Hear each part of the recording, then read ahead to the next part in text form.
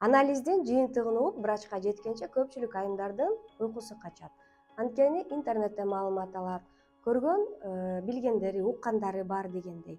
Дегеним, эгерде сизде ВПЧ чыкса, бул сизде жаман оорунун, залал оорунун бар дегенине жатпайт. Эгерде сизде бул анализ положительный чыкса, төмөнкү 2 текшерүүдөн кошумча өтүшүңүз керек. Биринчиси бул мазок аркылуу эле билинет, мазок на онкоцитология деп айтылат. Ал эми экинчиси болсо бул кальпоскопия, шейканы бир нече эсе чоңойтуп, ууксуз жана йод пробаларынын жардамы менен сиздин шейкаңызда жаман оору барбы же жокпу аныктоо методу.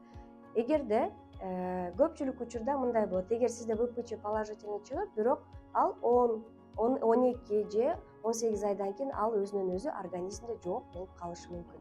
Бирок кандай болгон учурда дагы ар бир айым 2 жылда бир жолдон ВПЧга ушул вируска